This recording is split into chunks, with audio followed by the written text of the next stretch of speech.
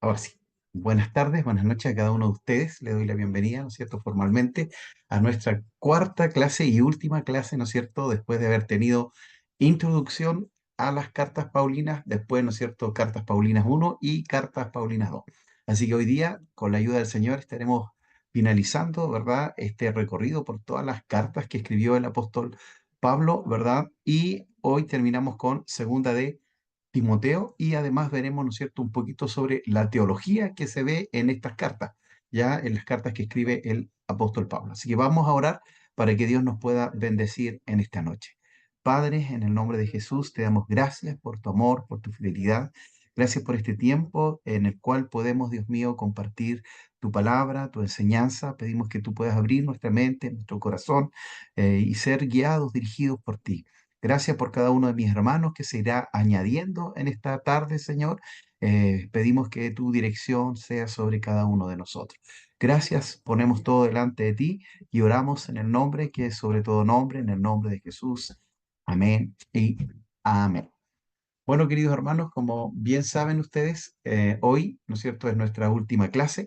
La semana pasada, por el clima que había, ¿no es cierto?, bien complicado, varios estaban sin luz, así que obviamente no tenían internet, así que por eso mandamos la clase grabada que, ¿no es cierto?, ya ayer la volvieron a subir, pero ya con la introducción bonita esa que le pone, ¿no es cierto?, el Centro de Formación Teológica. Así que para que también vayan teniendo ustedes ahí el material. Y si me olvido, hoy tengo que mandarles también el material de la teología que vemos en estas cartas, ¿ya? Pero antes que todo vamos a abrir nuestra Biblia allí en Segunda de Timoteo, capítulo 4, ¿ya? Y pueden ir también ya escribiendo sus nombres, ¿no es cierto?, para que vaya quedando anotadito allí, ¿verdad?, en el chat. Así cuando yo descargo la grabación, se ve también quienes estuvieron presentes en la clase. Segunda de Timoteo, capítulo 4, vamos a leer allí la palabra del Señor. Como ustedes bien saben, en toda esta introducción que hemos visto de las cartas de Pablo, esta es la última carta que él escribe. Ya él está preso en una cárcel allí en Roma. Ya recuerden ustedes que primera y segunda de Timoteo la escribe, pero él estaba en una cárcel, ¿verdad? O Filipenses, Efesios también, que se le llama cartas de la prisión. Él estaba en una casa, ¿no es cierto?, como un arresto domiciliario en Roma, pero ahora ya está, ¿no es cierto?, literalmente en una cárcel de Roma y él ya sabe también, ¿no es cierto?, que su tiempo había llegado, ¿no es cierto?, que él tenía que partir a la presencia del Señor. Y bueno, dentro de las preguntas que él se hacía, ¿no es cierto?, o en realidad compartía, era que no sabía qué era mejor, si partir y estar en la presencia del Señor o seguir predicando la palabra del Señor, ¿no es cierto?, y llevando a otros al Evangelio. Entonces, aún en esa situación extrema, ¿no es cierto?, él tenía este deseo de llevar la buena noticia a todo el mundo. Y bueno, dice la palabra del Señor allí en segunda de Timoteo, capítulo 4, te requiero pues delante de Dios y del Señor Jesucristo, que ha de juzgar a los vivos y a los muertos en su manifestación y en su reino, predica la palabra, insta a tiempo y fuera de tiempo, redarguye, reprende, exhorta con toda paciencia y doctrina, porque vendrá tiempo cuando no sufrirán la sana doctrina, antes, teniendo comezón de oír, se amontonarán maestros conforme a sus propias concupiscencias y apartarán de la verdad sus oídos y se volverán perdón, a las fábulas. Pero tú, vela en todo, soporta las aflicciones, haz la obra de evangelista, cumple tu ministerio. Porque yo ya estoy por ser sacrificado y el tiempo de mi partida está cercano. He Cosa peleado pequeña. la buena batalla, he No le dice, acabado mi sí, carrera. Esperen un poquitito. Ahí. He peleado la buena batalla, he acabado mi carrera, he guardado la fe. Por lo demás, me está guardada la corona de justicia, la cual me dará el Señor, pues justo aquel día, y no solo a mí, sino también a todos los que aman su venida. Ya, como podemos darnos cuenta, ¿no es cierto? Ya allí está el verso 6, dice, yo ya estoy por ser sacrificado. Es decir, él sabía, ¿no es cierto?, que su partida era inminente, ¿no es cierto? Nerón, que era el emperador de ese tiempo, ¿verdad? Le quita la vida a Pablo y también le quita la vida a Pedro, ¿ya? Estos dos grandes próceres o columnas de la iglesia fueron, bueno, lamentablemente, ¿no es cierto?, martirizados por por Nerón, ¿ya? Y acá Pablo, ¿no es cierto?, está animando a su hijo espiritual, a quien él había, ¿no es cierto?, formado, ganado primero, formado, discipulado, y después, ¿verdad?, dejado como pastor allí en Efesio. ¿Ya? Entonces, había una profundidad, una intimidad, un cariño especial para Timoteo, ¿no es cierto? Este hijo espiritual que él tuvo, ¿no es cierto? Y que en realidad, como lo veíamos bueno, en la grabación pasada, ¿no es cierto? Era como quizás un poco tímido, quizás no se creía mucho el cuento porque él tenía que animarnos, ¿no es cierto? Aviva el fuego del don de Dios que está en ti. No nos ha dado Dios espíritu de cobardía, sino de poder, de amor, de dominio propio. Entonces, los estudiosos dicen que probablemente, ¿no es cierto? Timoteo quizás era un poco tímido, ¿verdad? No creía mucho, ¿no es cierto?, este llamado que Dios tenía con él, pero la iglesia desde un principio dio testimonio de él, dio testimonio de que era un hombre de Dios, ¿verdad? Un hombre que amaba al Señor y que servía al Señor, ¿verdad? Y por eso mismo lo toma, ¿no es cierto?, Pablo y lo lleva con él a muchos de sus viajes misioneros y también, ¿verdad?, le encarga tareas bien importantes. ¿Ya? Pero le ordena, ¿no es cierto? Y le dice que él debe, ¿no es cierto?, predicar la palabra. Creo que hoy, hermanos, hay muchos que son buenos motivadores, ¿ya? Es decir, que hablan, ¿no es cierto?, motivan, pero no hablan de la palabra. Entonces, la palabra es la que cambia la vida, la palabra es la que transforma el corazón de las personas y de los hombres. Y por eso es tan importante, ¿no es cierto?, que cuando nosotros prediquemos la palabra del Señor, porque es ella, ¿no es cierto?, la que puede cambiar y transformar la vida y el corazón de las personas. Entonces, él dice, Pablo le dice a Timoteo, Timoteo, predica la palabra, ¿no es cierto?, a tiempo y fuera de tiempo, ¿ya? Es decir, porque ya estamos en los últimos tiempos, estamos en los postreros tiempos, la venida del Señor es inminente, ¿verdad? Y necesitamos, ¿verdad?, que nosotros podamos motivar, podamos predicar, podamos instar, podamos enseñar esta hermosa palabra. Bueno, yo soy de Temuco. En Temuco, ¿verdad?, años atrás llegó a ser la capital, dicen, ¿no es cierto?, de Sudamérica, de la ciudad más evangelizada de Sudamérica. Ahora podemos decir que es la capital de los descarriados en Sudamérica, porque usted con quien hable, ¿no es cierto?, en algún momento conoció de Dios, estuvo en la iglesia, predicó, enseñó, y hoy muchos de ellos están fuera, están lejos, ¿verdad? Y hay otros que lamentablemente siguen yendo a la iglesia, pero en realidad es como una rutina, es como el católico que dice, ¿no es cierto?, que es católico, no va ni a misa.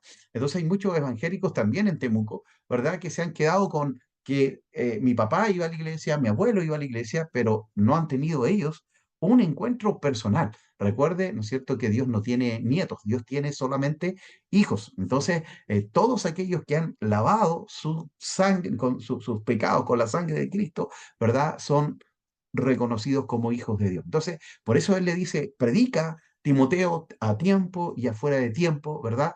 Porque vendrán tiempos, dice, cuando no sufrirán la sana doctrina. Y esto también es relevante en estos tiempos, queridos hermanos. Es verdad que tenemos, ¿no es cierto?, las redes sociales, tenemos el Internet, tenemos tanta información, ya, tanta información, pero también dentro de toda esa gran masa de información, ¿verdad?, también hay mucha mala enseñanza, mala doctrina, ¿verdad? Y muchos hermanos, ¿no es cierto?, se dejan llevar por los videos, ¿no es cierto?, por los mensajes, y de pronto reciben, ¿no es cierto?, mucha información equivocada, errada, incluso de falsos maestros y de falsas enseñanzas. Entonces, primero yo debo conocer mi doctrina, qué creo, ¿no es cierto? Y después de eso, ¿no es cierto?, puedo comenzar como a abrir, ¿no es cierto?, y escuchar aquí y allá, porque ya voy a tener una base sólida, ¿no es cierto?, y cimentada para poder, porque aún así, ¿verdad?, hay algunos, ¿no es cierto?, que siendo conocedores de la Escritura se han dejado llevar por estas corrientes, ¿no es cierto?, que de pronto dañan y destruyen, ¿no es cierto?, más que bendecir entre comillas, edificar, ¿verdad?, el cuerpo de Cristo. Entonces hoy la gente busca esto, ¿no es cierto?, de que quiere escuchar y quiere oír, ¿no es cierto?, algo dulce a su paladar, algo que les agrade, algo que les guste, ¿verdad?, no que les incomode. Entonces por eso Pablo le dice, ¿no es cierto?, sufrirán, ¿no es cierto?, teniendo comezón de oír, se amontonarán maestros conforme a sus propias concupiscencias. ¿Ya? Y eso es terrible, ¿ya? Eso es terrible porque hoy hay muchos falsos maestros que están predicando, y lo triste de esto es, ¿no es cierto?, que hay gente que sigue detrás de ellos, ¿verdad? Y busca, ¿no es cierto?, este mensaje que en realidad les satisface, ¿ya? Pero, dice el verso 5, tú vela en todo, soporta las aflicciones, haz la obra de evangelista, cumple tu ministerio. ¿Ya? Y eso también es muy relevante y muy importante. ¿Para qué Dios te escogió? ¿Para qué Dios te llamó? ¿Ya? Es decir, primero cuando nosotros recién nos convertimos, ¿no es cierto? Comenzamos a descubrir los dones, ¿verdad? Pero los dones son regalos de Dios, ¿no es cierto? Que son para edificar el cuerpo de Cristo. Pero estos dones que el Espíritu Santo reparte como Él quiere, van perfilando un ministerio, van perfilando, ¿no es cierto?, para qué Dios lo quiere dentro de la iglesia. Pastor, maestro, evangelista, ¿no es cierto?, profeta, ¿verdad? Apóstol, misionero, ¿verdad? Entonces, usted tiene que saber para qué Dios le llamó y cumplir ese ministerio, porque no hay nada más triste, hermano, hermana, ¿no es cierto?, que terminar la carrera y darse cuenta que nunca hicimos el plan o el propósito de Dios para nuestras vidas. ¿Ya? Es decir, nosotros estamos dentro de una congregación, ¿verdad? Una iglesia local, pero también Dios tiene algo definido para nosotros, ¿verdad? No es solo ir el domingo, escuchar al pastor, ¿no es cierto? Y después irse para la casa, sino que Dios tiene propósitos con cada uno de nosotros. Y es allí donde nosotros debemos confiar, ¿no es cierto? Y saber claramente, bueno, Dios me llamó para esto. Si lo llamó para barrer el templo, bueno, esa es su función. Y alégrese porque Dios lo escogió para eso. No sé si se da cuenta. Porque hoy, ¿no es cierto? El día sábado tenía una reunión con pastores y yo le decía, pastores, nosotros no debemos competir unos con otros, porque cada iglesia es distinta, tiene un prisma diferente. Hay iglesias que tienen fuerte su escuela dominical. Hay otros que tienen muy fuerte la alabanza. Hay otros que tienen un ministerio de enseñanza. Pero cada uno, si está haciendo lo que Dios le dijo, bien.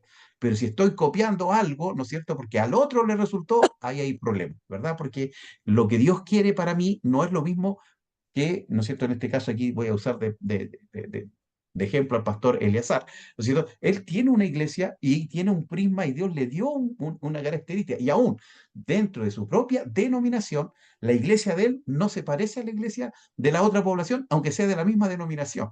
¿Por qué? Porque Dios nos da una característica especial a cada iglesia y también a cada persona, a cada individuo, ¿ya? Entonces, queridos hermanos, cumpla su ministerio. Yo hoy, este año, va a ser la última clase que van a tener conmigo, ¿verdad? Y quiero dejarles esto, ¿no es cierto? Que ustedes puedan cumplir. Si ustedes se están preparando, no es por casualidad. Quizás ustedes dijeron, no, es que necesito porque estoy dando clase, quiero prepararme un poquito más, pero Dios por algo, ¿no es cierto?, les quiso poner, ¿no es cierto?, y puso en su corazón este deseo de poder prepararse, de poder capacitarse, porque en los postreros tiempos serán tiempos difíciles, serán tiempos peligrosos, serán tiempos en que tenemos que amar la escritura, conocer la palabra, ¿verdad? Muy bien. Así que cumplan su ministerio, queridos hermanos, allí donde Dios les puso, porque Pablo lo dice, ¿verdad? Claramente. Él pudo decir, he peleado la buena batalla, ¿ya? Es decir, no es fácil, ¿verdad? El Evangelio,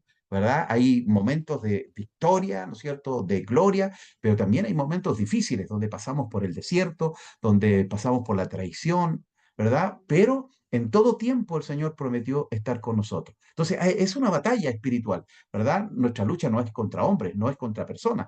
La palabra de Dios dice que no tenemos lucha contra carne y sangre, sino contra principados, potestades, huestes espirituales de maldad en las regiones celestes. Entonces, Pablo con seguridad y con convicción dijo, he peleado la buena batalla, ya he podido pelear la batalla, ¿verdad? He acabado mi carrera. Hermanos, hay muchos que están llegando a la meta y abandonan la carrera. Y no les sirvió haber servido al Señor 20 años, 40 años, 60 años, 80 años, porque abandonaron en el último momento. Y no es de quién corre más rápido, sino que esta carrera es de quién llega hasta el final. ¿Ya? Entonces eso es lo importante, que podamos llegar a la meta, ¿verdad? Que podamos acabar nuestra carrera y que podamos guardar esa fe, ¿no es cierto?, maravillosa que fue haber conocido a nuestro Señor Jesucristo y poder vivir para Él, honrándole, que Él sea nuestro Salvador, pero que también Él sea nuestro Señor. A través de todos los principios que encontramos en la Escritura, podamos vivir para agradarle y para honrarle a Él. Así que esta pequeña reflexión quería dejarles, queridos hermanos. Sabemos que hoy, ¿no es cierto?, ya terminamos estos módulos que hemos tenido, gracias al Señor. Me tuvieron que aguantar 4 meses más o menos, ya, porque vimos primero la teología de Juan, ¿se acuerdan? Y después empezamos con introducción a las cartas, después cartas 1 y ahora cartas 2. Así que vamos entonces, hoy tenemos que terminar, ¿no es cierto? Alguien por ahí me preguntaba, cuando termine la clase, yo les voy a enviar la prueba. La prueba tienen hasta mañana hasta las 23:59 de la noche para enviármela. La pueden enviar al correo o la pueden enviar por WhatsApp, ¿ya? Y el trabajo que es la cristología, es decir, Cristo en el libro de Colosenses. Te va leyendo el libro y va diciendo, Él es la imagen del Dios invisible. Bueno, aquí vemos, ¿no es cierto?, a Cristo como la representación de Dios, o Dios mismo en realidad, ¿verdad? Porque eso quiere decir que Él es la imagen del Dios invisible. Entonces, cada vez que aparezca Cristo, usted va señalándolo allí. Esa es la tarea, no es tan complicada, no necesita un diccionario ni nada, sino que la Biblia, ¿no es cierto?, y ver que vaya apareciendo alguna característica del Señor, ¿ya? Así que esas dos cosas hasta mañana, 23:59 horas, para poder yo después corregir, ¿no es cierto?, y enviarles también allí las notitas. Así que vamos a ir, entonces nos queda solamente segunda de Timoteo y la teología que encontramos, ¿verdad?, en las cartas del apóstol. Pero vamos a ver este videito.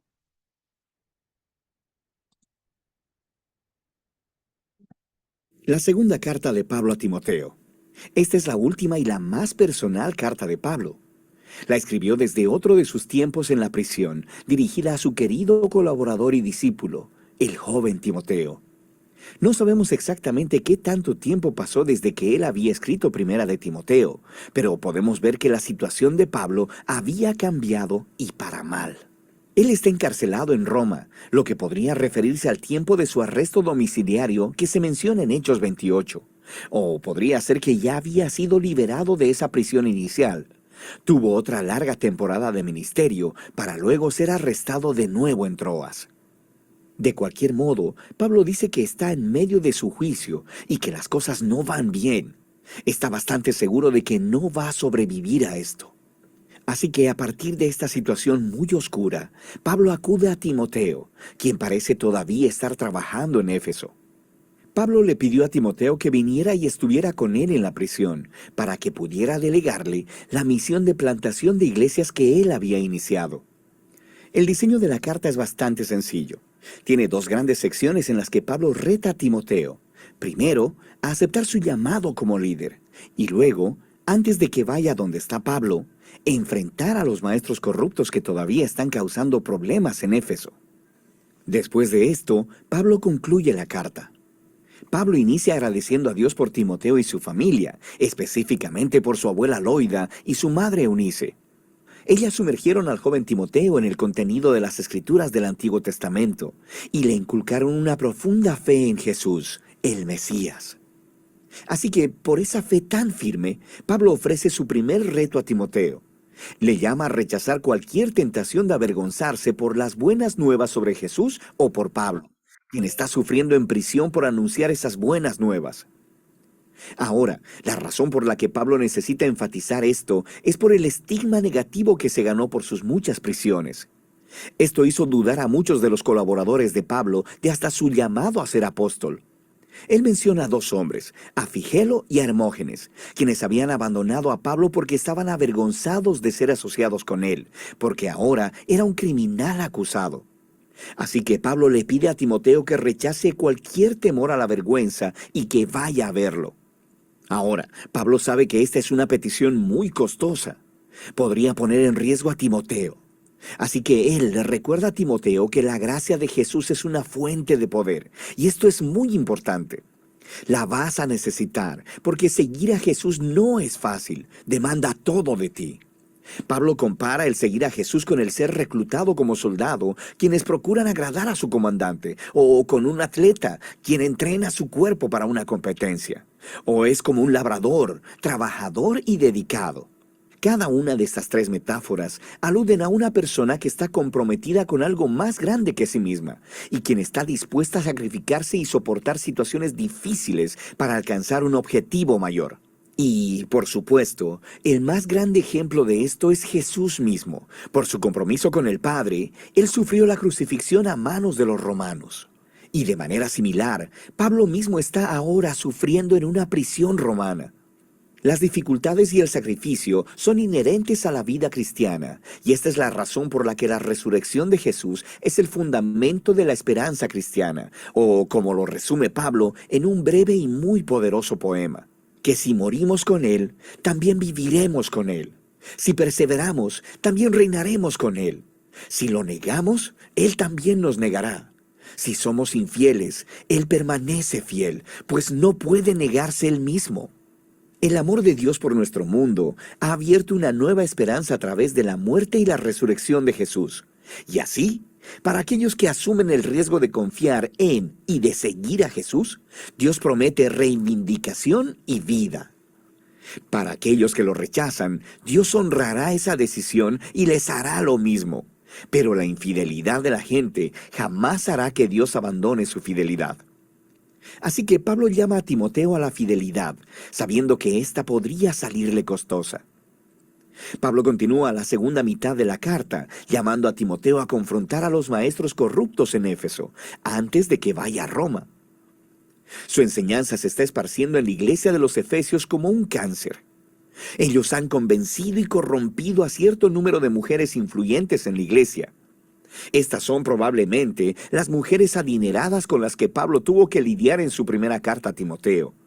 Él aquí no ofrece muchos detalles respecto de la mala teología de los maestros. Timoteo ya sabe acerca de esto, pero Pablo sí nos da una pista. Dice que ellos enseñan que la resurrección de los creyentes ya tuvo lugar. Ahora, no sabemos si los falsos maestros están siguiendo un rechazo filosófico griego a toda la idea de la resurrección corporal y creen que solo se trata de la experiencia espiritual. O podría ser que simplemente habían distorsionado la enseñanza de Pablo sobre la vida de resurrección que empieza en el tiempo presente a través del poder del Espíritu.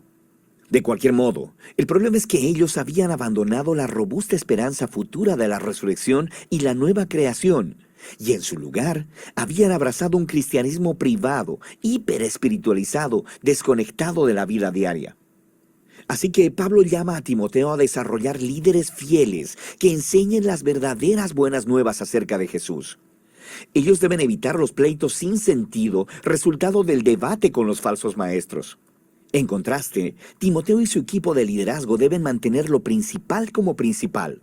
Deben enfocarse en la historia central del mensaje de las Escrituras, que, en el tiempo de Pablo, significaba principalmente el Antiguo Testamento. Estas escrituras, dice Pablo, son capaces de darte la sabiduría que conduce a la salvación a través de la fe en Jesús, el Mesías. Él está diciendo que el punto de las escrituras es contarte una historia unificada que lleva a Jesús y que tiene una oferta de sabiduría para todo el mundo. Luego Pablo habla sobre la naturaleza y el propósito de las escrituras. Él dice que toda escritura es inspirada por Dios, literalmente vivificada por Dios.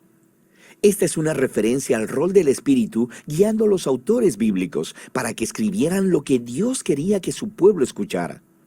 Dios habla a su pueblo en las Escrituras por una razón muy práctica. Él dice que son útiles para enseñar, diciéndome cosas que no conocía antes. Son útiles para reprenderme, poniendo delante de mi rostro las cosas que digo que creo, pero no vivo conforme a ellas. Son útiles para corregirme, exponiendo mis maneras desordenadas de pensar y de comportarme. Y son útiles para instruirme en justicia, mostrándome una nueva manera de verdaderamente ser un humano. Y todo ello para que el pueblo de Dios esté preparado para hacer el bien. Pablo cierra esta carta recordándole a Timoteo que probablemente no va a salir vivo de prisión, así que le pide que venga lo antes posible antes del invierno. No quiere congelarse en su celda, así que va a necesitar su abrigo grueso, el cual tuvo que dejar atrás. También le pidió a Timoteo que trajera los documentos personales que dejó en Troas, probablemente cuando fue arrestado. También menciona a Alejandro, quien es un hombre particularmente peligroso, a quien Timoteo debe evitar. Probablemente él es responsable del más reciente arresto de Pablo. Pablo concluye al mencionar cómo casi todos lo han abandonado en la prisión, y su única fuente de consuelo ahora es la presencia personal de Jesús, quien está con él y lo liberará, incluso si muere. Y así termina la carta.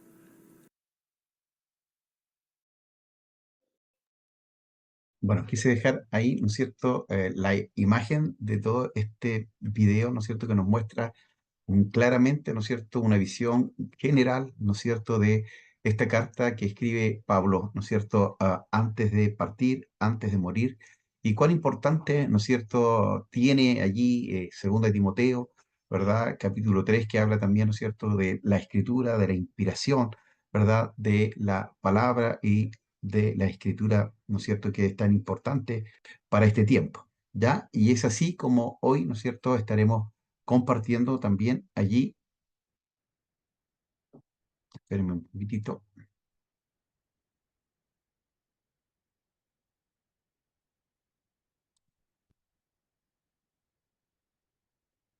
esta carta, ¿no es cierto?, de el apóstol Pablo a Timoteo, ¿ya?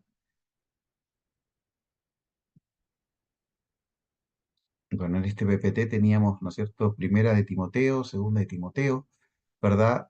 Tito, y por eso estoy avanzando un poquito lento.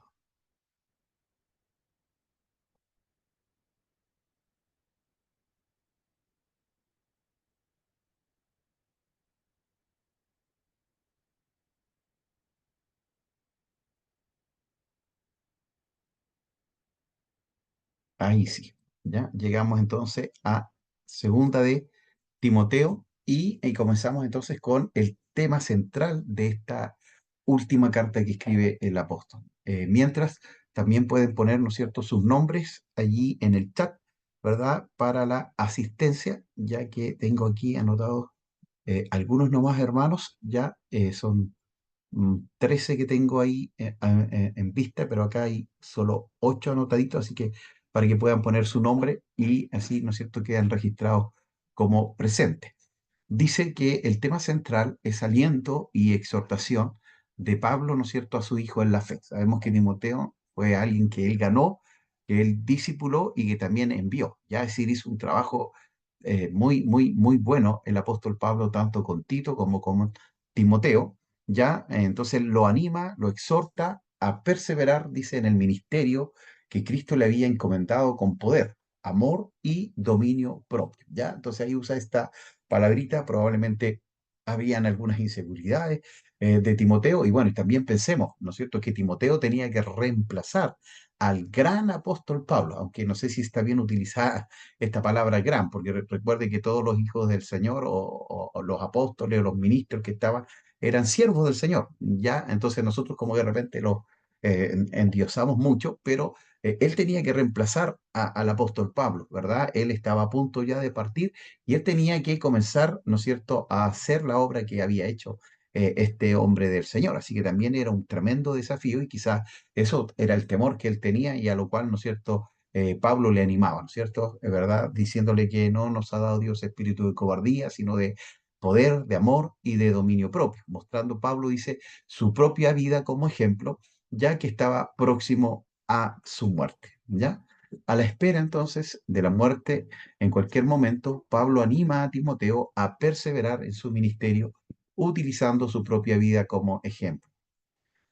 ¿Estaba preocupado Pablo por Timoteo? Bueno, de ser así, esto sería un gran problema para Pablo, ya que Timoteo iba a cargar con su trabajo. Pablo lo exhorta a avivar el fuego del don que Dios había puesto en él, a reemplazar el temor con poder, amor y dominio propio, no avergonzarse, ¿verdad?, de Pablo y del Señor, sino a sufrir por el Evangelio y a mantener la verdad, ¿ya? Cierta debilidad por la presión del trabajo en la iglesia de Éfeso y la persecución del mundo exterior. Pablo llama a Timoteo a ser fuerte, ya que es la exhortación principal de la primera parte de esta carta, ¿ya? También le anima a seguir predicando, ¿no es cierto?, la palabra, que es la principal amonestación de la última parte de la carta del apóstol, ¿no es cierto?, para él. Algunas doctrinas importantes que aparecen en esta carta son la salvación por la gracia soberana, ¿no es cierto?, de Dios, la persona de Cristo, la perseverancia de los santos y la inspiración de las escrituras y su utilidad, ¿ya? Ahora, el orden de nuestra Biblia tiene a 2 de Timoteo como la segunda de las cartas pastorales, sin embargo, cronológicamente es la tercera, ¿ya? Porque es la última carta que escribe el apóstol antes de partir. Realmente esta es la última de todas las cartas escritas por el apóstol. Por segunda vez Pablo está preso en Roma, esta vez no está viviendo en una casa alquilada, sino que, ¿no es cierto?, estaba preso y encadenado sufriendo por el Evangelio, ¿ya? Cuando Onesíforo, ¿verdad? Fue a Roma, pasó buen tiempo buscando a Pablo. La primera aparición de Pablo ante el tribunal no había resultado bien y por eso se enfrenta a la perspectiva inminente de una muerte como mártir, ¿ya?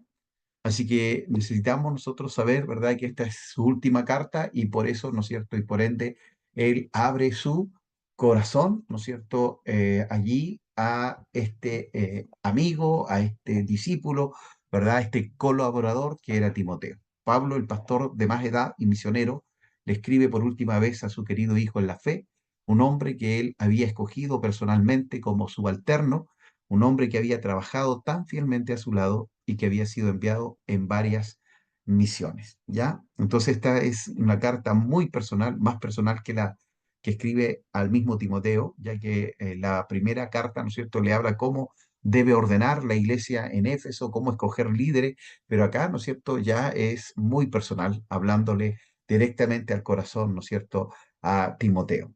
¿Por qué escribió Pablo, dice esta carta? Él tenía algunas necesidades personales, se sentía solo, ya algunos de sus colaboradores lo habían abandonado, a otros les había enviado a hacer trabajo misionero, solo Lucas estaba con él, ¿ya? Entonces, qué interesante es esto, ¿verdad? De que este gran hombre de Dios, sus últimos tiempos, ¿verdad? Igual comenzó a quedar solo y solo algunos quedaron al lado de él, ¿ya? ¿Cuál es el contenido? Capítulo uno: exhortación al coraje y a la fidelidad en guardar la verdad del Evangelio.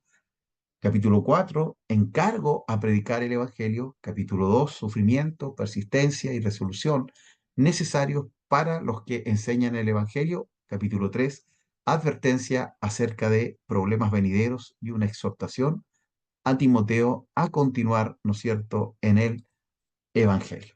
¿Ya? Entonces, un pequeño resumen de cada capítulo. Capítulo uno: la carta inicia con reminiscencias de la historia espiritual entre Timoteo y Pablo, cuando se les encomendó a ambos guardar la verdad. De ahí que Pablo los exhorta al coraje, ¿verdad? O a la valentía, a la fidelidad en guardar la verdad del Evangelio. El capítulo 2, aún cuando otros estaban fallando, Pablo cuenta con que Timoteo seguirá siendo un buen soldado de Jesús, un obrero que usa bien la palabra de verdad y un hábil maestro. Ya, yo creo que también esto tranquilizaba el corazón de Pablo, ¿verdad? Porque él conocía muy bien a Timoteo y sabía, ¿no es cierto?, que él iba a cumplir lo que Dios había puesto en el corazón de este hombre de Dios también, que era Timoteo. Capítulo 3 dice: siempre tendremos hombres impíos en medio nuestro, perdón, que utilizan la religión para promover sus propios intereses. Pablo le pide que siga su ejemplo y que utilice apropiadamente la escritura de tal manera que Timoteo sea equipado para toda buena obra. Y capítulo 4, la carta termina con una nota de urgencia. Predica la palabra mientras puedas, me queda poco tiempo en esta tierra, ya he concluido mi trabajo, el Señor me aguarda con la corona de vida y le dice, ¿no es cierto?, ven pronto a verme, ¿no es cierto? Ahí abre su corazón el apóstol, ¿no es cierto? Dándole a entender que quería también, ¿no es cierto?, pasar un tiempo con Timoteo antes de partir. Ahora, dentro del método panorámico, ¿verdad? ¿Cuál es la idea principal de este libro? Bueno, Pablo, cerca de ser sacrificado, escribe esta carta a Timoteo, de mártir a mártir, dice que continúe en lo que Pablo empezó con él. ¿Cuál es la razón principal por la cual se escribe? Despedirse de Timoteo con unos de sus últimos consejos, palabras claves en Timoteo, ¿verdad? Evangelio, palabra, persecuciones o padecimientos, sufrir, soportar, padecer, fe, avergonzarse. ¿A quién le escribe? Bueno, obviamente a Timoteo y en segundo lugar también a la iglesia, ¿verdad? Porque en varias partes también dice vosotros. La ocasión: Pablo ha sido arrestado nuevamente y ha sido llevado a Roma. Ya él está ya en una cárcel, ¿no es cierto? Literal. La carta insta a Timoteo a venir al lado de Pablo, pero mayormente le ofrece un tipo de última voluntad y testamento. ¿Cuál es el énfasis que tiene esta carta? Bueno, habla sobre la obra salvadora de Cristo, quien anuló la muerte y sacó, ¿verdad?, a luz la vida por medio del Evangelio. Ya hemos pasado de muerte a vida. Lealtad a Cristo por la perseverancia en el sufrimiento y en las penalidades. Ya está diciendo que dentro del Evangelio igual se sufren, ¿no es cierto?, situaciones difíciles, complicadas, pero allí debemos permanecer fieles al Señor. Lealtad también a Pablo, le dice Pablo a Timoteo, ¿no es cierto?, al recordar su amistad de tanto tiempo, lealtad al Evangelio por medio de ser fiel al proclamar, enseñar la palabra, ¿no es cierto?, predicar sin, ¿verdad?, adulterar la escritura y enseñar la palabra, dice, la letal propagación, pero final muerte de la enseñanza falsa, la salvación de los que están en Cristo, ¿ya? Entonces, es interesante, ¿verdad?, esta motivación a que predique la palabra, ¿no es cierto?, sin adulterarla, sin cambiar. Características especiales, debido a que esta es la última carta de Pablo, revela su corazón, sus prioridades, ¿no es cierto? La sana doctrina, fe inmutable, confianza, paciente y amor perdurable. ¿Ya? Ahora, las últimas palabras, ¿cómo debemos leer Timoteo? Bueno, las últimas palabras de una persona a punto de enfrentar una muerte inminente suelen causar un impacto significativo. Es decir, cuando uno sabe que va a morir, ¿no es cierto? No escribe cualquier cosa, sino que escribe algo profundo, ¿verdad? Este ciertamente dice el caso de esta última carta de Pablo. A su amado discípulo y fiel compañero, Pablo, prisionero en Roma por segunda vez, sabía que enfrentaría el martirio. La claridad y el poder de sus palabras finales no solo le sirvieron a Timoteo, su hijo en la fe, sino también han resonado en los corazones de los creyentes alrededor del mundo a través de los tiempos, hasta hoy, siglo XXI. Sus últimas palabras son consejos para toda la vida. El consejo apasionado de Pablo es tan vital para nosotros como lo fue también para Timoteo en aquel entonces, ¿verdad? Es decir, estas palabras, ¿no es cierto?, siguen haciendo eco hoy en nuestros corazones.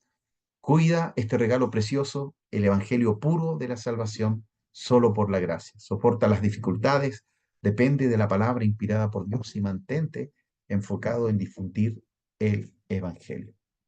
Observa cuán concisas son sus declaraciones a medida que Pablo intenta condensar la sabiduría de toda una vida de servicio a Dios. Sobre todo, nota cómo desafió a Timoteo a un ministerio más eficiente. Ya las perlas contenidas en este libro se forjaron en el crisol de una vida llena de peligros, pero apunta a la esperanza que albergan todos los que están en Jesucristo. Ya, qué tremendo, ¿verdad?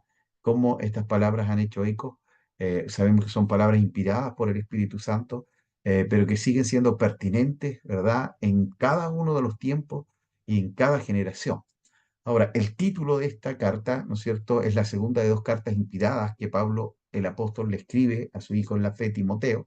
Es titulada como lo son las otras cartas personales de Pablo, ¿no es cierto?, a individuos, de acuerdo a quien se le escribe, Timoteo, Tito o también Filimón, ¿no es cierto?, con el nombre de a quien él le escribe. ¿Ya? Algunos temas importantes, bueno, la motivación para perseverar, ya lo que hacíamos dentro de la reflexión un poquito el comentario, ¿no es cierto? No es de quien corre más rápido, sino que es de quien llega hasta el final, de quien llega a la meta, y por eso Pablo anima a Timoteo, ¿no es cierto?, para que pueda seguir. Ya había persecución de parte del Imperio Romano, el mismo Pablo iba a morir, ¿verdad?, bajo, ¿no es cierto?, este Imperio Romano y Nerón. Entonces él le dice y le anima, ¿verdad?, a seguir perseverando aún en medio de las dificultades, de la lucha y aún de la persecución. También, ¿no es cierto?, habla sobre esta confianza en la autoridad de la Escritura. Hoy, queridos hermanos, hay muchos que están tratando de minar la autoridad de la palabra, ¿ya? Entonces, ahí es donde nosotros debemos levantarnos, ¿no es cierto?, sabiendo que toda la Escritura es inspirada por Dios, ¿ya? Entonces, también anima a Timoteo, ¿verdad?, a que él pueda luchar y confiar en la palabra de Dios. Y también, ¿no es cierto?, por esto mismo, él, ¿no es cierto?, llama la atención contra los falsos maestros, que desde que la iglesia nace, lamentablemente también en paralelo han nacido herejías y falsos maestros, y por eso es tan importante poder conocer, ¿no es cierto?, la doctrina que tenemos, ¿no es cierto?, como iglesia. ¿Ya? Así que todos estos son algunos de los temas, ¿no es cierto?, que habla a Pablo a Timoteo. Ahora, razones, ¿verdad?, por qué Pablo le escribe a Timoteo esta carta. Bueno, primero está solo, ya varios le habían abandonado, ya aquellos colaboradores que tenía, algunos de ellos, ¿no es cierto?, ya lo habían dejado solo, ¿ya? Así que por eso Pablo, ¿no es cierto?, necesita de este amigo, de este compañero, ¿no es cierto?, de este discípulo amado, con el cual habían trabajado muchas veces y habían peleado muchas batallas, ¿verdad?, llevando el Evangelio a lugares muy complicados, muy difíciles, y donde también él tenía, ¿no es cierto?, esta convicción de poder dejar a Timoteo allí sabiendo, ¿no es cierto?, que él iba a hacer un buen trabajo. Pablo también está preocupado, ¿no es cierto?, por el bienestar de las iglesias, ¿verdad? Estas iglesias que estaban allí creciendo, naciendo y que lamentablemente también el enemigo de una u otra manera, con falsas enseñanzas, falsos maestros, o también, ¿no es cierto?, con todo ese libertinaje que había en estas ciudades cosmopolitas, ¿verdad? Comenzaban a corromper la iglesia. Entonces era importante también, ¿verdad?, poder mandar estas cartas, ¿no es cierto? Y en este caso a Timoteo para que él pudiera defender, ¿verdad?, la sana doctrina. Pablo también quiere escribirle a la iglesia de Éfeso por medio de la vida, ¿no es cierto?, de este varón que era Timoteo. Palabras claves, habíamos dicho ya algunas: Dios, Jesucristo, verdad, fe, palabra, Timoteo, enseñar, evangelio, persecuciones, sufrir, avergonzarse. ¿Ya? Son algunas de las palabras que aparecen en este hermoso libro. ¿Ya? Retos de interpretación. Bueno, no hay retos importantes en esta carta que involucre asuntos teológicos. Hay información limitada con respecto a varios individuos nombrados en esta epístola, que se nombran, ¿no es cierto?, como Figelo y Hermógenes, Onésiforo, Himeneo, Fileto, Janes y Cambres, Alejandro, ya que son nombrados ahí, pero no los vemos en otros lugares o no se sabe mucho de ellos en otros lugares en realidad. ¿Ya? De la Biblia o de la Escritura, ¿ya? Algunos temas históricos y teológicos, parece que Pablo pudo haber tenido razón para tener que Timoteo estuviera en peligro, ¿verdad?, de debilitarse espiritualmente. Esto habría sido una seria preocupación para Pablo debido a que Timoteo necesitaba continuar la obra, ¿no es cierto?, que había comenzado el apóstol Pablo. ¿Ya? Entonces, por eso Pablo tiene que animar a Timoteo, ¿verdad?, para que pueda cumplir esta función. Yo creo que la preocupación que tenía Pablo era saber que él no iba a poder estar ahí para guiarle, para ayudarle, ¿verdad? Y quizás a veces también eso nos cuesta a nosotros, ¿ya? Es decir, poder llevar a otros, ¿no es cierto?, al ministerio, a una labor pastoral, a una labor eclesial, ¿verdad? Y tratamos de cuidar mucho a veces, ¿no es cierto?, al discípulo. Y esto también le estaba pasando a Pablo. Entonces Pablo tenía miedo quizás de que si no estaba él allí, ¿no es cierto?, Timoteo quizás iba a debilitarse o iba a fracasar. Gracias al Señor que no fue así, ¿verdad? Sino que Timoteo sigue la obra, ¿verdad?, del apóstol Pablo y después, ¿no es cierto?, por ahí Policarpo, que es otro discípulo después de Juan, si no me equivoco, habla y comenta, ¿no es cierto?, también de estos hombres de Dios que siguieron y se mantuvieron allí. Entonces Pablo llama, ¿no es cierto?, a que debe esforzarse Timoteo, ¿no es cierto?, que debe continuar predicando la palabra, como lo dijimos antes, y también, ¿verdad?, algunas palabras, ¿no es cierto?, diciendo quiénes le habían abandonado y que esperaba verle pronto, ¿ya? Debido a que Timoteo dice estaba muy inmerso en la teología de Pablo, el apóstol no le dio más instrucción doctrinal, no necesitaba darle doctrina porque él lo había forjado, lo había formado, ¿verdad?, en la doctrina, ¿no es cierto?, mentada del apóstol. No obstante, hizo referencias a algunas doctrinas allí, ¿no es cierto?, como la gracia soberana de Dios, la persona de Cristo, la perseverancia y también, ¿no es cierto?, este texto importantísimo que es 2 Timoteo 3, que habla de la inspiración de la palabra del Señor. Ahora, ¿cómo este libro se conecta con el Antiguo Testamento? Tan preocupado, dice, estaba Pablo de advertir a Timoteo y a aquellos que él pastoreaba sobre los peligros de los falsos maestros, que evocó la historia de los magos egipcios, quienes se oponían a Moisés. Ya, aunque sus nombres no se mencionan en el Antiguo Testamento, la tradición dice que estos hombres promovieron la fabricación del becerro de oro y fueron muertos con el resto de los idólatras en Éxodo capítulo 32. Pablo predice el mismo destino para aquellos que resisten la verdad de Cristo y finalmente dice su insensatez, perdón, se hace manifiesta a todos, ¿ya? Carácter que vemos de Dios allí en 2 de Timoteo, vemos que Dios es poderoso, vemos que Dios cumple sus promesas y vemos también que Dios es un Dios sabio. Ahora, Cristo en 2 de Timoteo, bueno, esta carta, ¿no es cierto?, alienta a Timoteo a permanecer cerca de las sanas palabras que de mí oíste, lo dice Pablo, en la fe y amor que es en Cristo Jesús, ¿ya? Timoteo debía continuar el ministerio de Pablo, por lo que el apóstol le recuerda sobre la persona de Cristo y su llamamiento eh, a que predique la palabra. Pablo le asegura a Timoteo que sufrirá persecución por seguir a Cristo, pero lo urge a mantenerse firme en la fe, ¿verdad?, que es en Cristo Jesús, ¿ya? Entonces Cristo está presente también allí en esta carta. alguna característica especial, dice las epístolas pastorales, son armónicas entre sí. En este caso estamos hablando de, ¿verdad? Hay muchas ideas entrelazadas entre las tres cartas y constituyen una buena base para apreciar el estado de la iglesia durante los años 70. Por eso se llaman pastorales, porque Pablo le escribe a Timoteo y a Tito que puso de pastores en Creta, ¿no es cierto? Y en Éfeso, en este caso, a Timoteo. Ideas clave, dice énfasis sobre la administración de la iglesia, está en Primera de Timoteo y también en Tito, sobre la sana doctrina en las tres cartas, contra la falsa enseñanza, las tres cartas, la palabra de piedad es muy enfatizada en las tres cartas y las características de los líderes en Primera de Timoteo y en Tito, ¿no es cierto?, donde aparecen muchos, ¿no es cierto?, requisitos.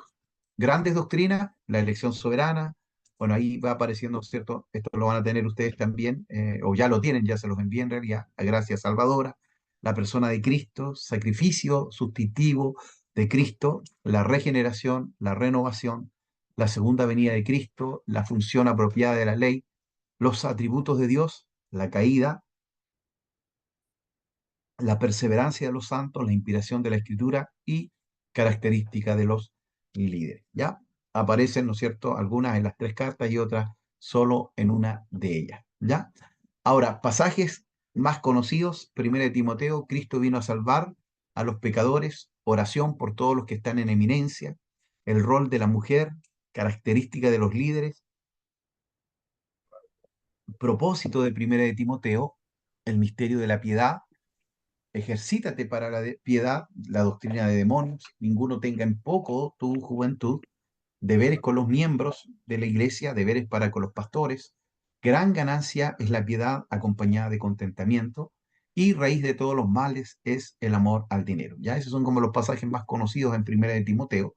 En segunda de Timoteo, el espíritu que Dios nos ha dado, ¿no es cierto?, no es de cobardía, sino de poder. Esto encarga a hombres fieles, idóneos, ¿no es cierto? Ahí está el discipulado, ¿verdad? Esto enseña a hombres y estos también, ¿no es cierto?, que le enseñen a otros. Eso está hablando, ¿no es cierto?, de traspasar la fe a las siguientes generaciones. Ya la figura, ¿no es cierto?, o el ejemplo del soldado, que tiene que ver con la disciplina, el atleta, ¿no es cierto?, con el ejercicio, ¿verdad?, para poder lograr, ¿verdad?, ganar la competencia, y el labrador que tiene paciencia, trabaja y se esfuerza para poder cosechar y procura presentarte a Dios aprobado, ¿no es cierto?, como obrero que no tiene de qué avergonzarse, el fundamento de Dios, instrumentos de honra. La escritura es inspirada, ¿verdad? Y también he peleado la buena batalla, he acabado la carrera, he guardado la fe, ¿cierto? Despidiéndose ya, ¿verdad? Y dando a entender que su fin había llegado. Y Tito, propósito de Tito en Creta, características de líderes, la conducta que adorna la sana doctrina, viviendo, ¿no es cierto?, piadosamente, la salvación no es por obra, y desechar a aquellos que dividen, ¿no es cierto?, a la iglesia. ¿Ya? Qué interesante es esto y qué importante, ¿no es cierto?, como Pablo siempre lucha por la unidad del cuerpo de Cristo. ¿Ya? Entonces hay que tener mucho cuidado con aquellos que traen, ¿no es cierto?, división dentro de la iglesia. Ahora, los falsos maestros en primera y segunda de Timoteo, ¿cuáles son sus características? Ahí aparecen mentirosos, hipócritas, tienen cauterizada la conciencia, envanecidos, nada saben, corruptos de entendimiento, privados de la verdad, siempre están aprendiendo y nunca pueden llegar al conocimiento de la verdad, resisten la verdad, reprobos en cuanto a la fe, malos hombres, engañadores y engañados. ¿Ya? Bueno, yo también doy, ¿no es cierto?, las cartas generales, y dentro de las cartas generales, ¿no es cierto?, también desde segunda de Pedro, primera, segunda, tercera de Juan, y Judas habla de falsos maestros y falsa enseñanza, y también, ¿no es cierto?, da ciertas características. Dice que siempre los falsos maestros, ¿no es cierto?, carecen de amor, ¿ya? Carecen de amor. Y lo otro, ¿no es cierto?, que llevan vidas inmorales, es decir, las tapan, las esconden, pero llega el momento que sale a luz, ¿no es cierto?, también su inmoralidad, ¿ya? También ese amor al dinero, ya acá dice su concepto de dinero, toman la piedad como fuente de ganancia, quieren enriquecerse, caen en muchas codicias necias y dañosas, y aman y codician el dinero, ¿ya? Y, ¿no es cierto?, en sus palabras, los falsos maestros tienen una vana palabrería, no entienden ni lo que hablan, ni lo que afirman, profanas pláticas sobre cosas vanas, argumentos de la falsamente llamada ciencia. Es decir, hablan necedades o cosas superficiales, no, ¿no es cierto?, la palabra verdadera. Sus enseñanzas tienen diferentes doctrinas, fábulas, genealogías interminables, se creen doctores de la ley, pero no usan o no la usan legítimamente. Entonces eso también es importante, si no conocer la palabra aquí en la cabeza nomás y conocerse de muchos versículos, sino vivir y practicar la palabra, ¿no es cierto? La fuente de la falsa enseñanza, espíritus engañadores, doctrinas de demonios, están en el lazo del diablo, están cautivos a voluntad del diablo, ¿ya? Entonces, terrible también, ¿no es cierto? Porque un falso maestro, obviamente, no hay salvación, sino que está condenado porque está siendo influenciado, ¿no es cierto?, por demonios y por espíritus engañadores. Eh, la manera en que llegaron a ser falsos maestros, desecharon la fe y la buena conciencia, ya, es decir, conociendo la verdad, se apartaron de ella, naufragaron en cuanto a la fe, escucharon a los demonios y a sus engaños se desviaron de la fe y de la verdad. ¿Ya? La manera en que afectan a otros, bueno, son buenos para acarrear disputas, causan envidias, pleitos, blasfemias, se desviaron, ¿no es cierto? Allí engendran contiendas, se meten en las casas, llevan cautivas, ¿no es cierto?, a las mujercillas, ¿ya? Entonces, todo esto caracteriza a estos falsos maestros. El remedio para combatirles, dice, mandando que no enseñen diferente doctrina, militando la buena milicia, entregando a falsos maestros a Satanás, obispos y diáconos, ¿no es cierto?, piadosos, desechando las fábulas, siendo buen ejemplo, exhortando, recordando, predicando, reprendiendo, peleando la buena batalla de la fe y encargando la sana doctrina a hombres fieles e idóneos para que enseñen a otros, evitando profanas y vanas palabrerías y cuestiones necias e insensatas, corrigiendo con mansedumbre, usando la escritura para enseñar, redarguir, corregir e instruir, ¿ya? Es decir, no solamente vemos las características de estos falsos maestros, sino que también cómo podemos combatir, ¿no es cierto?, a estos falsos maestros. Los eruditos que no aceptan las escrituras como inspiradas e infalibles han buscado la manera de probar que estas tres cartas son falsificaciones de fechas posteriores. Ellos afirman que el vocabulario, el estilo y el lenguaje y hasta el énfasis teológico no son los mismos que las otras cartas de Pablo. Dicen que los errores contra los que Pablo escribe son de una fecha posterior y que estas cartas hacen suponer la existencia de una iglesia mucho más organizada de lo que era en realidad. Y también asumen que Pablo fue martirizado después de su primer encarcelamiento y que el libro de los Hechos no tiene lugar para estas cartas durante la vida de Pablo. Ya esos son aquellos que tratan, ¿no es cierto?, de quitar el piso, como dicen por ahí, ¿no es cierto?, que estas fueron cartas escritas por el apóstol Pablo. Como nosotros creemos la verdad de que las escrituras son inspiradas por Dios y completamente infalibles, aceptamos el nombre de Pablo en el título de estas tres cartas y también en las otras 10 que hemos estudiado, como evidencia suficiente de que él las escribió y como que escribió bajo diferentes circunstancias, es de esperar el hecho de que Pablo haya usado palabras y expresiones diferentes y que haya escrito acerca de otros temas que no había tratado en otras cartas. Nada en el libro de Hechos ni en ninguna otra parte de la escritura respalda la afirmación de que la vida y las obras de Pablo hayan terminado con su primer encarcelamiento. El caso es opuesto tal como ya lo hemos demostrado antes, ¿ya? A uno le da pena, dice, ver que la divina autenticidad de las escrituras es puesta en tela de juicio y que su contenido es explicado como una mente crítica que rechaza lo que afirma claramente el texto y que sigue preguntando, ¿es verdad que Dios lo dijo? Creemos que estas cartas son una parte de la revelación divina y los estudiamos con un corazón que busca saber lo que Dios nos dice por medio del autor inspirado. Entonces creemos con todo nuestro corazón, ¿verdad?, que estas cartas son inspiradas y fueron escritas, ¿no es cierto?, por el apóstol Pablo. Queridos hermanos, hasta aquí dudas, consultas, aquí ya hemos visto, ¿no es cierto?, todas las cartas del apóstol Pablo y ahora nos queda solo ver, ¿no es cierto?, la teología que encontramos, aunque igual lo hemos visto, ¿no es cierto?, en los mismos PPT, ¿no es cierto?, la doctrina de Cristo, de Dios, ¿verdad?, algunas enseñanzas importantes en sus cartas, pero ahora tenemos otro PPT que va a hablar no más solamente de la teología, ¿verdad?, esta tan mentada teología que es donde nosotros basamos, ¿no es cierto?, nuestra doctrina, nuestra enseñanza, y que la iglesia primitiva también lo hace, ¿no es cierto?, en la sabiduría que Dios le dio al apóstol Pablo. Dejo un momento si alguien quisiera hacer alguna consulta, alguna pregunta, algún comentario, para después ir, ¿no es cierto?, al último PPT y darle quizás unos minutos ahí de recreo.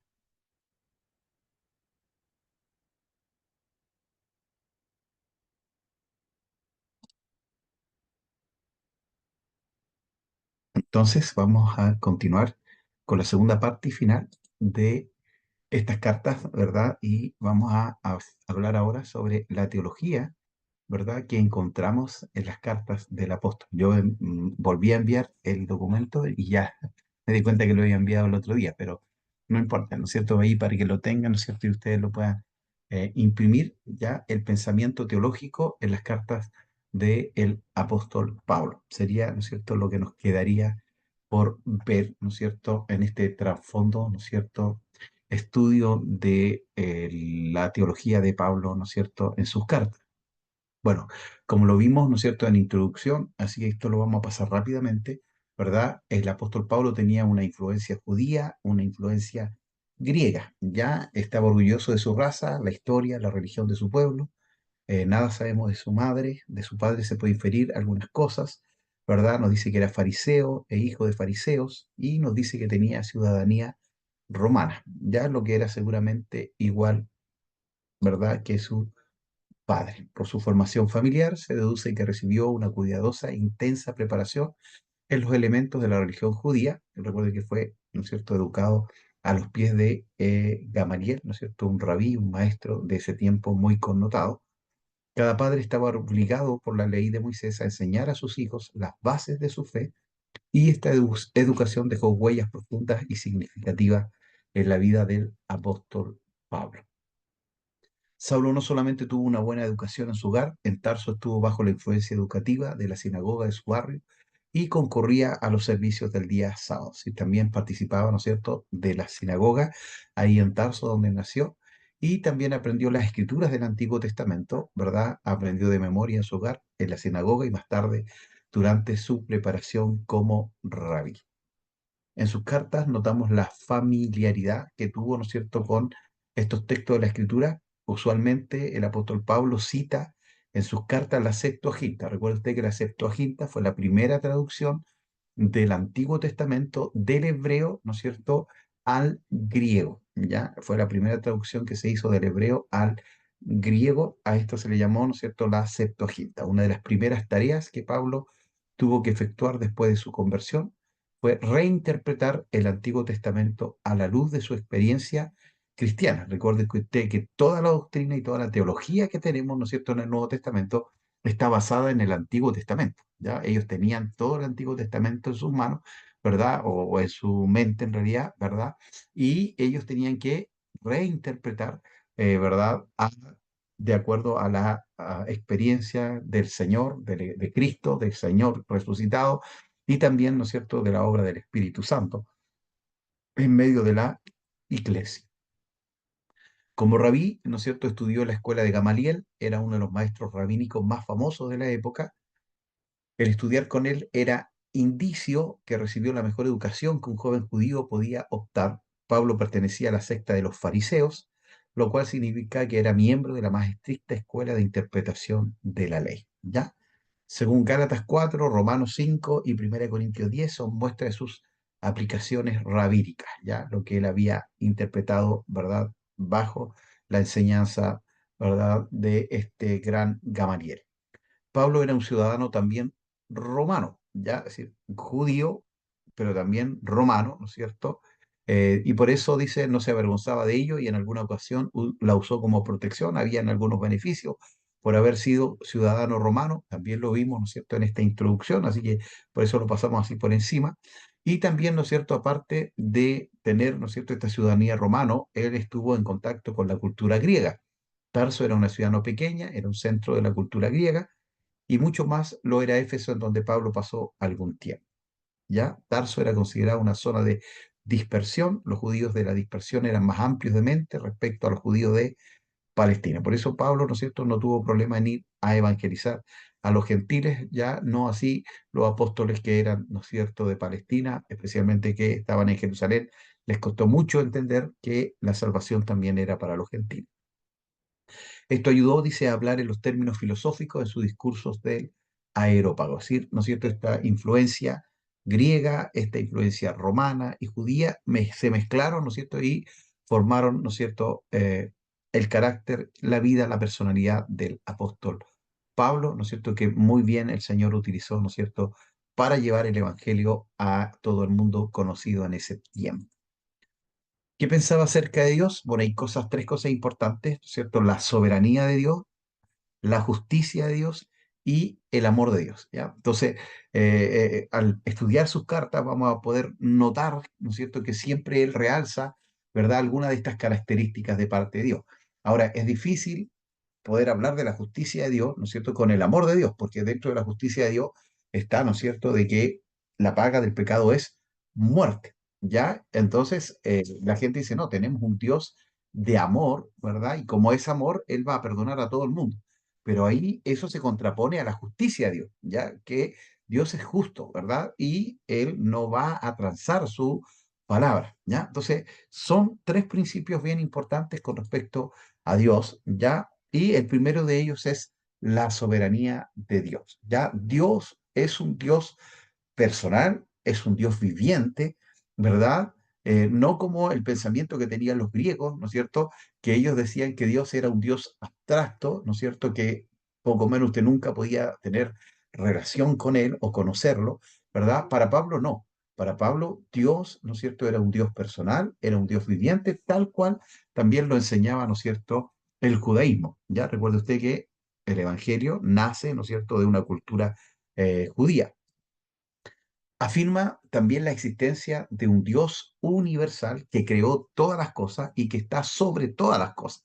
Ya Dios está fuera del tiempo, porque Él, ¿no es cierto?, cuando dice en el principio creó Dios los cielos y la tierra, ahí comienza el tiempo. Antes de eso, Dios estaba, Dios está y Dios seguirá estando. Él no depende del tiempo, por eso por Él no pasa el tiempo. No es que Dios nos vamos a encontrar con un viejito allá en el cielo, ¿no es cierto?, como lo pintan, con una barba larga, blanca, porque, ¿no es cierto?, se está envejeciendo. No, Dios es atemporal, está fuera del tiempo, porque Él creó el tiempo, ¿ya? Entonces eso también es interesante. Creó todas las cosas, toda la naturaleza existente está bajo su señorío y también todos los procesos de la historia están bajo su poder, ¿ya? Y eso es tremendo, hermanos, porque a veces pensamos que Dios perdió el control, ¿no es cierto? Y no, Dios sigue teniendo siempre el control de todos los tiempos, de toda la historia del ser humano, ¿ya? A fin de que cumplan sus propósitos y obren para el bien de sus hijos, ¿no es cierto? Hasta ya, ¿no es cierto?, el libro de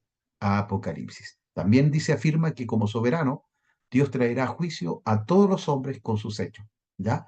Aquellos que creyeron, estaremos en el tribunal, ¿no es cierto?, de Cristo, donde nuestras pruebas donde nuestras obras van a ser probadas. No se pierde la salvación allí, ¿no es cierto?, porque usted ya está en el cielo, usted ya pasó, ¿no es cierto?, recibió a Cristo, ¿no es cierto?, lo reconoció, pero hay un tribunal, ya, para ver si usted las cosas que hizo las hizo para Dios o para agradar al hombre. Y después hay otro, ¿no es cierto?, tribunal que es el trono, el gran trono blanco, pero ese es para los no creyentes, para los que no recibieron a Cristo, y ahí no hay posibilidad de salvarse. Es decir, no es que, voy a poder arrepentirme, y no, no, no, ahí simplemente se le va a mostrar por qué, ¿no es cierto?, esta persona no fue salva, las oportunidades que pudo haber tenido y no quiso, ¿no es cierto?, aceptar, ¿no es cierto?, el amor de Dios. ¿Ya? Entonces, traerá a juicio a todos los hombres con sus hechos. La sabiduría y el poder de Dios son un reflejo de su acción soberana y la sabiduría humana ante los ojos de Dios es nada, ¿ya? Porque el hombre cree, ¿no es cierto?, a veces tener tanta inteligencia para haber creado tantas cosas, pero aún así siempre va a estar bajo el señorío y la autoridad de Dios. ¿Ya? Un error común dentro de esta doctrina de la soberanía de Dios, hay quienes llegan a concluir que Pablo considera la sabiduría del hombre como inútil ante Dios, por lo que es innecesaria usarla en materia de religión. ¿Ya? Entonces, no, habla de que hay una sabiduría humana, hay una sabiduría divina, ¿verdad? Pero esta sabiduría humana también, ¿no es cierto? La medicina no está mal, ya porque hay iglesias que también se oponen, ¿no es cierto?, a todo, porque dicen, no, Dios tiene que, pero también Dios usa a los hombres, ¿verdad? Y cuando los hombres no pueden hacer nada, ¿no es cierto?, Dios tiene la última palabra también. Entonces, por eso también es importante no irse a un extremo, ¿no es cierto?, con esto, ya puede usar en otros campos, menos en el de la fe, ¿ya? Es decir, yo no puedo, con mi sabiduría, conocer a Dios. Ya, eso sí, eso está claro. Necesitamos de la fe, ¿no es cierto? Y de la obra del Espíritu Santo que trabaja en nuestra vida. ¿Ya? Ejemplos, la letra mata, el espíritu vivifica. Entonces algunos dicen, no hay que estudiar la palabra, no hay que leer la Biblia porque la letra mata. Y en realidad eso es una interpretación muy equivocada, ¿no es cierto?, de la palabra, de la Biblia. Ya lo que mata la letra, ¿no es cierto?, tiene que ver con la ley, ¿no es cierto?, que estaba ahí para el pueblo de Dios y que no lo entendieron. ¿Ya? Entonces no está hablando de estudiar la palabra. Yo planté, dice, Apolo regó, pero el crecimiento lo da el Señor. ¿Ya? Los decididos a no usar su razón en la fe pensarán que este texto anima a descansar en el Señor y no hacer nada. No, es decir, hay que estar trabajando. Algunos van a estar predicando, ¿no es cierto? Otros van a estar, ¿no es cierto?, discipulando para que vayan creciendo, pero el crecimiento de todo esto lo da el Señor, ¿verdad? Usando a hombres y mujeres, ¿no es cierto?, que estén dispuestos. No obstante, dice, si observamos cuidadosamente, Pablo está diciendo que para que haya crecimiento, Dios necesita de uno que trabaje plantando y de otro que trabaje regando, o sea, ¿no es cierto? Es un llamado a esforzarse en colaborar en el trabajo del reino. La soberanía de Dios en relación con la responsabilidad y el pecado, según Romanos 1:18, es evidente que Pablo creía que el mundo ya es un orden moral basado en la voluntad de Dios. Este orden moral abarca al mundo físico y al curso de la naturaleza y de la historia. ¿Ya? Entonces, por eso nadie va a poder excusarse delante de Dios y decir, no, a mí nadie me habló de Cristo, a mí nadie me habló de Dios. ¿Ya? ¿Por qué? Porque Pablo lo señala muy claramente en el capítulo 1, ¿no es cierto? La naturaleza nos habla de Dios, ¿ya? A eso se le llama revelación general. Es decir, al ver, ¿no es cierto?, las estrellas, al ver, ¿no es cierto?, los montes, al ver, ¿no es cierto?, el mar, al ver Dios, la creación nos habla de que hay un creador.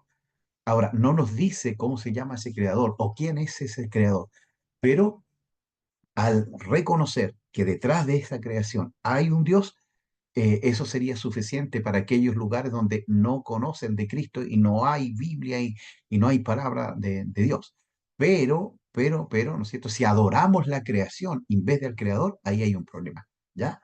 Entonces, por eso no hay excusa, ¿ya? Nadie puede poner excusas porque está la revelación general, ¿no es cierto?, que es la creación, y está la revelación especial, que es la palabra y es Cristo mismo, ¿verdad? Así la palabra nos dice quién es Dios, ¿verdad? Nos dice quién es Cristo, nos dice su nombre, sus atributos, ¿verdad? Y podemos conocerle mucho más porque se nos muestra a través de la creación, pero también, ¿no es cierto?, a través de la palabra, se nos manifiesta mucho más claramente aquí, ¿ya?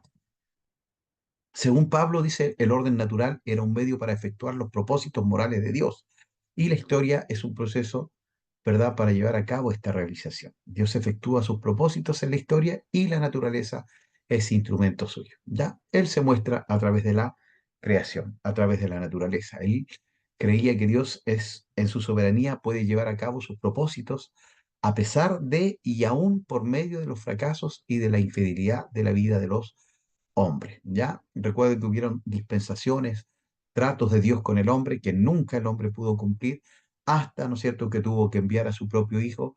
¿Para qué? Para que ya no dependiera de lo que hiciera el hombre, sino de lo que hizo este Dios hombre, que es Cristo, que murió en la cruz por nuestros pecados. Y esto es un regalo de Dios que hoy debemos recibir y aceptar, pero que muchos han rechazado. Por eso también hay juicio, ya para aquellos que no quisieron creer.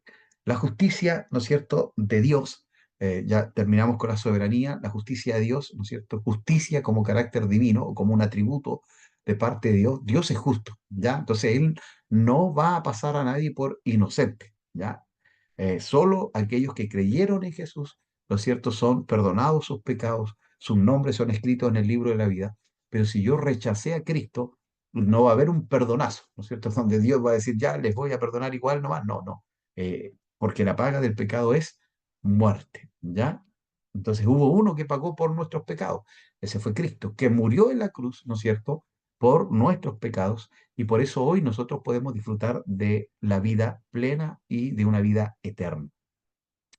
Aspectos importantes, dice, es su rectitud moral o su sentido jurídico que condena al pecado y demanda castigo. ¿Ya? Es decir, por su justicia, ¿verdad? Él no puede pasar por alto el pecado del ser humano. Alguien pagó y fue Cristo. Pero esos alguien tienen que recibir esto, ¿no es cierto? Y aceptar que ese sacrificio perfecto, ¿no es cierto? Eh, Valió la pena y que tomamos ese regalo que hizo el Señor en nuestra vida. Gracia, misericordia y amor, Dios se propone salvar al hombre a pesar de la justicia que condena y que castiga, ¿no es cierto? Por eso hablamos de gracia, que es un don, es un regalo inmerecido. Y quien pagó, ¿no es cierto?, fue el mismo Dios allí en la cruz del Calvario. En la justicia, ¿verdad? Dios revela su consistencia como Dios, ¿ya? Es decir, si Dios no fuera justo, no sería Dios, ¿ya? Y por eso es tan importante la justicia.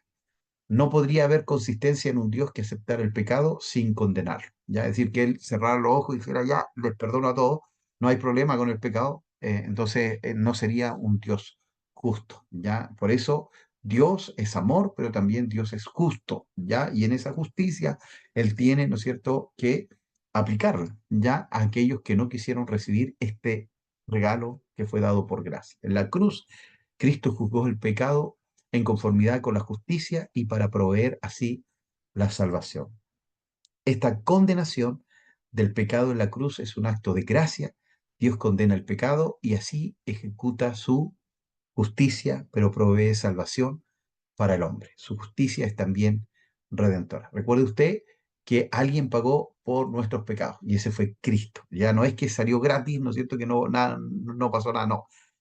Él justo por los injustos para llevarnos a Dios, ¿ya? Y por último, ¿no es cierto? El amor de Dios, la justicia y el amor de Dios no se contraponen, sino se complementan, ¿ya? Cuando usted disciplina, ¿no es cierto? Usted lo hace con amor, ¿verdad? Cuando disciplina a su hijo.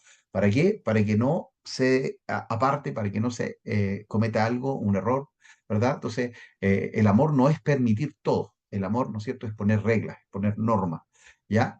Entonces, Pablo dice la combinación y fusión de ellas, entre la justicia y el amor, a eso se llama gracia, ¿ya? Y esta gracia es que Cristo pagó esta justicia, ¿no es cierto?, esta ira de Dios en contra del pecado allí en la cruz del Calvario. La gracia es amor justo que muestra su vigor al destruir el mal moral del mundo, rescatando, ¿verdad?, al hombre de el pecado. Ya es solo la gracia de Dios, ¿verdad?, que nos puede redimir, que nos puede salvar. Diferencias entre amor y justicia, cómo Dios puede amarnos y condenarnos al mismo tiempo. Bueno, la filosofía y ciencia actual no encaja la idea de un Dios amoroso que es clemente con los pecadores y cuya justicia le demanda castigar al pecado. La justicia en Dios es bondad del más alto tipo, incluye los elementos de benevolencia y misericordia, ¿ya? Porque el amor tiene que estar acompañado, ¿no es cierto?, de esta justicia, de este orden, ¿no es cierto?, de esta disciplina. El amor en Dios no es meramente sentimental, es la buena voluntad que lo impulsa a cumplir su justicia, manteniendo los principios de rectitud en el mundo y obviamente, ¿no es cierto?, todo lo que Él nos demanda y nos pide es para nuestro propio beneficio, ¿ya? Para nuestro propio cuidado, ¿verdad? Para el cuidado primero personal y también, ¿no es cierto?, matrimonial o familiar, ¿verdad? Hacia nuestra esposa y también hacia nuestros hijos, ¿ya? Entonces, todo lo que Dios nos pide es el beneficio de nuestra propia vida. El amor va más allá de los límites de la propia justicia, ¿cierto? Y a eso se le llama misericordia, ¿ya? Entonces, el amor tiene que ir acompañado también, ¿no es cierto?, de esta disciplina, de este orden, ¿no es cierto? Y eso también lo podemos aplicar en la vida familiar, con nuestros hijos, ¿verdad? El amor manifestado en la cruz, dice la suprema manifestación del amor justo, se exhibe, ¿verdad?, únicamente en la cruz de Cristo. Mas Dios muestra su amor en que siendo aún pecadores, Cristo murió por nosotros. Pablo se asombra de ver que la ley fue una revelación parcial del amor de Dios, y la ley fue la luz del amanecer, la cruz, el esplendor del mediodía. Recuerde usted que en el Antiguo Testamento ya estaba señalado, ¿no es cierto?, lo que iba a suceder, ¿no es cierto?, con este Mesías que lamentablemente el pueblo de Dios no pudo, ¿verdad?, conocer. La ley manifestaba la justicia de Dios en la exigencia moral y en condenación del pecado. La cruz revelaba el justo amor de Dios que decide salvar al hombre de su condenación eterna. Se necesitó la cruz para entender la profundidad del amor de Dios y su poder para redimir, y este amor se transformó en poder en la vida del apóstol Pablo. Poder, ¿no es cierto?, dice que lo impulsó a servir a Dios y a los hombres. Entonces, imagínense ustedes, estimados hermanos, ¿verdad?, cómo Dios utiliza al apóstol Pablo para poder explicar, ¿no es cierto?, estos principios, ¿verdad?, para la iglesia. Ya recuerde usted que no habían teologías, no habían ahí comentarios bíblicos, sino que la iglesia estaba naciendo y Dios, ¿no es cierto?, en su gracia, en su amor y en su misericordia, toma la vida de este hombre de Dios, este apóstol, ¿verdad?, que tenía una cultura judía, romana, griega, ¿verdad? Y lo moldea para que él pueda ser este apóstol a los gentiles y pueda llevar, ¿no es cierto?, estas doctrinas, ¿verdad? Y enseñarlas a esta iglesia naciente. Porque cuando nace la iglesia, en su totalidad era judía, pero cuando va avanzando el tiempo y los viajes del apóstol, ¿no es cierto?, a estos países, a estas ciudades, ¿no es cierto?, cosmopolitas donde predicaba el evangelio, después, cuando ya está terminando, ¿no es cierto?, su ministerio, años 65, 70, la mayoría de las iglesias estaba compuesta por gentiles que no conocían nada del judaísmo, ¿ya? Entonces, había que forjar, ¿no es cierto?, esta enseñanza o esta doctrina. Si Cristo había muerto por amor para rescatarlo de la maldición del pecado inminente, Pablo entendió que él debía ser toda su vida esclavo de Cristo. Ya por eso mismo él responde, ¿verdad?, con tanta perseverancia, con tanta constancia, ¿verdad? Porque si Cristo murió en la cruz por su pecado, por mi pecado, ¿no es cierto? Pablo dice, no es nada ser un esclavo de Cristo, un siervo de Cristo, un doulos, y siervo también, ¿no es cierto?, de los hombres como apóstol, siendo enviado. ¿Ya?